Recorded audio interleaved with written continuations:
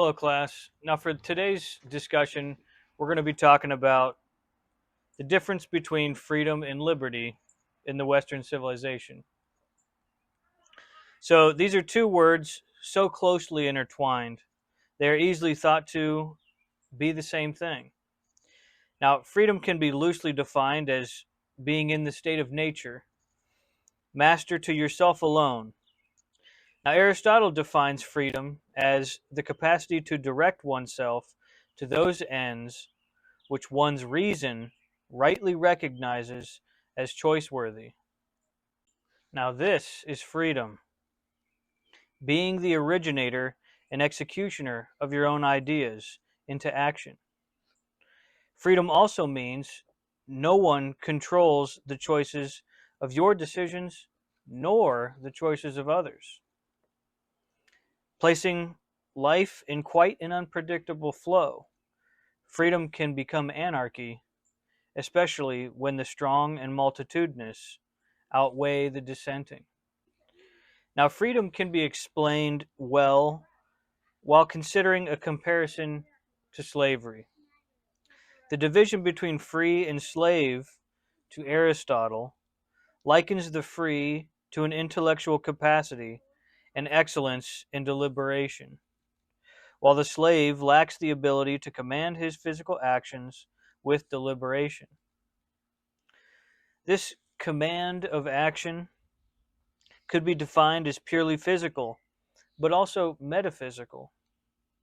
The free man can see for himself what is good to be pursued in actions, and the means by which he may pursue it.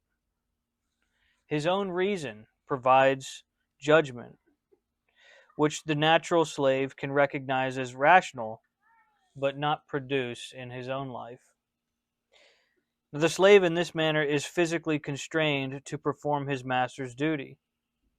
Aristotle further comments, the slave is unable to act of his own intellect and must solely rely on the master for direction. Now, others have shown a different analysis on the matter. Jesus makes a few remarks on the slave-master relationship with regard to the slave's intellect and actions, being guided in the moment,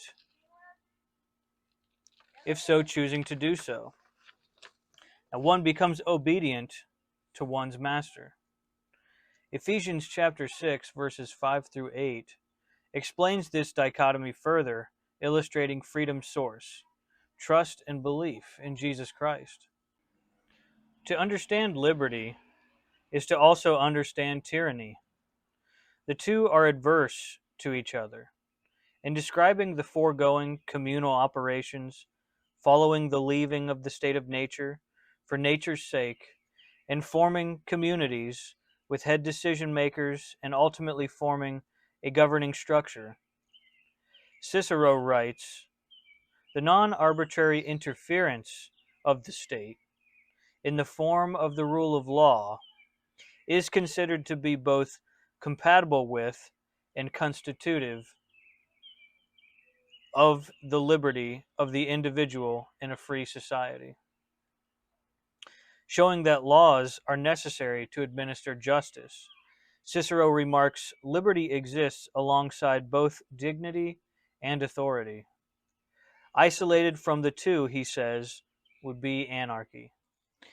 When Cicero addresses liberty in republics compared to democracies, he illustrates his example between Rome and Athens.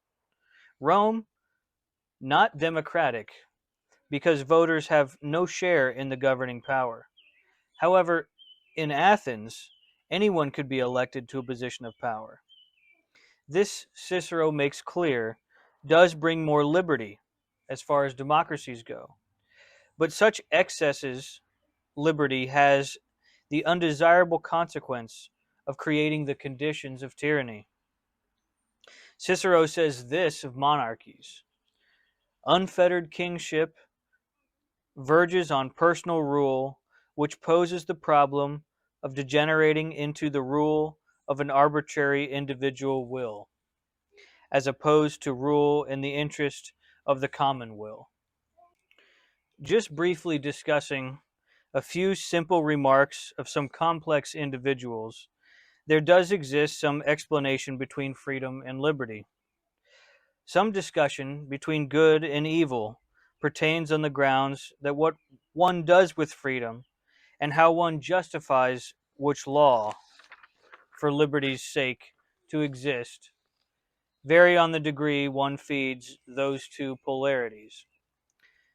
Now, guidance towards liberty and proper living through good ethics is a keystone to good liberty.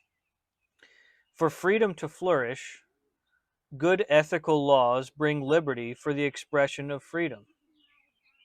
The decision determining what is good also belongs to the elaborate world of metaphysics, the spirit world, or the unknown.